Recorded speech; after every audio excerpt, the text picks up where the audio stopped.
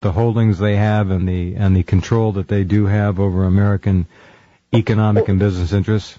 Well, of course. Look, there's 10 times more dollars circulating around the world than the U.S. economy is worth. Okay? Mm-hmm. And if people said, okay, we don't believe this dollar thing anymore, or better still, if they found, if they stopped, using oil and started burning water and other fuels, that would end it. But the thing is, I personally believe the U.S. Pentagon, the armed forces, could be the greatest force for good in the history of humankind. It's not who they are. It's not the organization. It's the job they've been given. They'd much rather be out there ending poverty and stopping environmental destruction than stealing oil for robber barons. And well, speaking of robber barons, when Dov Zakheim was in charge of the Pentagon budget, some $3 trillion vanished, and no one's been able to track that yet. No one is even trying. Yeah, no, there's a huge underground secret budget which they're using for this Armageddon plan, and people need to find out about this. They're going to try to put on quite a show. They're really going to try to fool everybody thinking that these are end times. And that's where I believe that money went to. You wrote a kind of huge smoke and mirror show, on a global scale, like it'll make 911 look like child's play. Well, that's what most people are expecting who are watching this carefully, that something that big will have to happen to scare the wits out of what's left of American independence into utter subservience and domination. And it probably would work, given the fact that the electronic media is so overwhelmingly oppressive in its own right, and clever and domineering. Again, remember, there's 6 people who control these media. And 6 corporations, that's right. Yeah, but then 6 people, really, when you come down to it. So actually, I'd like to take this time now to direct a message to Rupert Murdoch and Lord Thompson of Fleet. I strongly suggest to them that they confirm through their own sources that I am not bluffing, that this society is real. Mr. Murdoch could call anyone senior in the Taiwanese government, for example, or Mr. Thompson could ask Chris McCullum of his Tokyo Bureau, and I can provide him with the proof. When they know that they would have to either stop applying propaganda to the American people, or find a deep hole and hide in it. They'll realize this is not a bluff. These people are real. Mr. Murdoch has good Chinese connections. They'll realize that the tide has changed, and they will start providing people with the truth.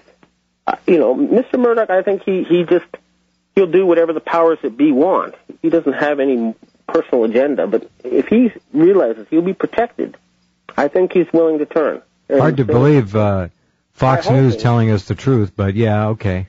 Well, he says it's just business. And he was here in Tokyo a while ago and said, yeah, look, I saw a marketplace, I saw a niche, I saw the demand, and so I went for it. He's just, I don't think he believes anything Fox News says personally. It's just business for him. He does something similar for the Chinese, that appeals to Chinese xenophobia, and it's just business for him. You wrote a book about September 11th in Japan. How did it sell? Pretty well? Well, there's 80,000 copies.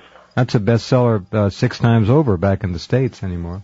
And it was very influential. And the thing is that there was a big conference here, a 911 conference. And, sure. And then I've had a couple of TV shows about 911 here on the network TV, of all things. What? Go ahead. They're much quicker to catch on to stuff like this than Americans, because they've been subjected to a different type of brain control than the Americans. So what happened after World War II to the Japanese is they were subjected to the following kind of mind control. First of all, they were given an inferiority complex towards white people. They were made passive. They were made so they didn't have opinions. And they work hard. And then to think that America's a wonderful, wonderful country. And any time anyone got too smart, the other thing was they made sure that there would be no geniuses. This was their plan. This is how they keep Japan under control. And then when people do get smart, well, they either co-opt them or they kill them. You're talking about the Rockefellers. They had to kill at least 4. Yeah, they've had to kill at least 4 prime ministers in the post-war era. That was in Henry Mako's article. That was one of the most interesting claims. Yeah, 4 dead and over 200, I guess, major Japanese figures. Yes, I've interviewed 7 Japanese prime ministers. and captains of industry and members of security police and senior gangsters. I have very good sources. I have everything on tape. I have enough evidence to convict David Rockefeller of at least 3 murders related to the recent takeover of the Japanese banking system. I have, this is how I got into this. This is why I got so deep inside, is because I followed the trail all the way up until I actually hit the finance minister, and that's when suddenly I was given this gold badge, which is the analog version of the gold chip, I guess they're planning to put in their, their elite servants. But what they've done to the Japanese people has been truly horrible. Everyone thinks it was a wonderful thing that, the Japanese people love the American people. They do. But at the same time, they hate the Rockefellers, and they think of them as these horrible dictators who are terrorizing both the Americans and the Japanese. Well, the other losers of World War II, the German people, paid a terrible price as well, of course. Oh, yeah. I learned that from your website. I mean, they killed all those people after the war. Yeah, millions. Yeah. What they did to Germany was absolutely horrible, too. They like to talk about the Holocaust, but right now there's 48 million people dying of starvation every year. That's, so many more times the Holocaust happening right now, and they're not doing anything about it. No, it doesn't even make the papers over here. The Pentagon, like I was saying before, could be the greatest force for good in human history. All you have to do is give them the job of saving the planet.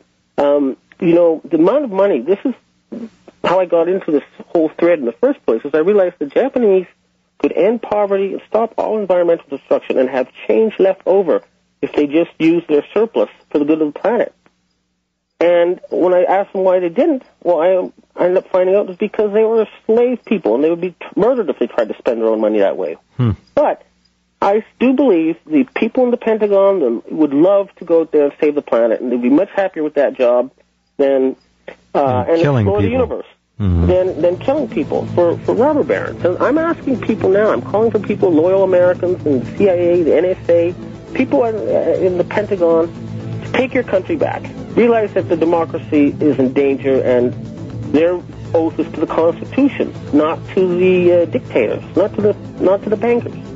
Well, that's a key expression which I made mention of many times, as did thousands of other Americans on this 4th of July just passed, that we should all read the Constitution and Bill of Rights again, especially the people we voted for and sent to Washington to represent our country in our local areas. Back in a few minutes with Benjamin Fulford, live from Tokyo. Okay, talking with Benjamin Fulford in a program that many of you won't forget. September 11th, we know quite a bit about it over here. There's a lot of disinformation, as you know, on the Internet. Government agents, agents provocateurs, trying to muddy the waters, but we've got a pretty good handle on the whole thing. How did it look to you over there, and what are your thoughts about who was behind it, directly or indirectly, or both? I think this was something they planned for a long time. An Illuminati operation, in other words. Yes. The Illuminati operation. That's the thing that really stops most people who still don't understand about 911 is you say, well, wait a minute. This happened to me, too. I think, well, how come the New York Times isn't writing about it? Why isn't it on the TV? Well, somehow Americans have got to be shaken out of that stupor and understand that those media are controlled by, as you say, essentially 6 people. Right. And that's the real problem here. Opposition to the government, to the killers, to the gangsters has no platform. They're shut out of the mainstream media. They've got the Internet, which of course is rampant with all kinds of operators and people who are out to do nothing other than slander, libel, cause fights, and issue false data. So it's a tough one for people to get through. And without the Internet, it would probably be over by now. Yeah, I know. It's the Internet and websites like yours that help people like me, figure out finally what's going on. I mean, thank you. I got I started, what happened to me was I got exposed to the corruption in Japan. I started as a financial journalist, and I realized that all the bad debt was controlled by gangsters, which really didn't make sense. Hundreds of billions of dollars controlled by gangsters. So I went and I started talking to the gangsters. the Japanese gangsters. And they told me they were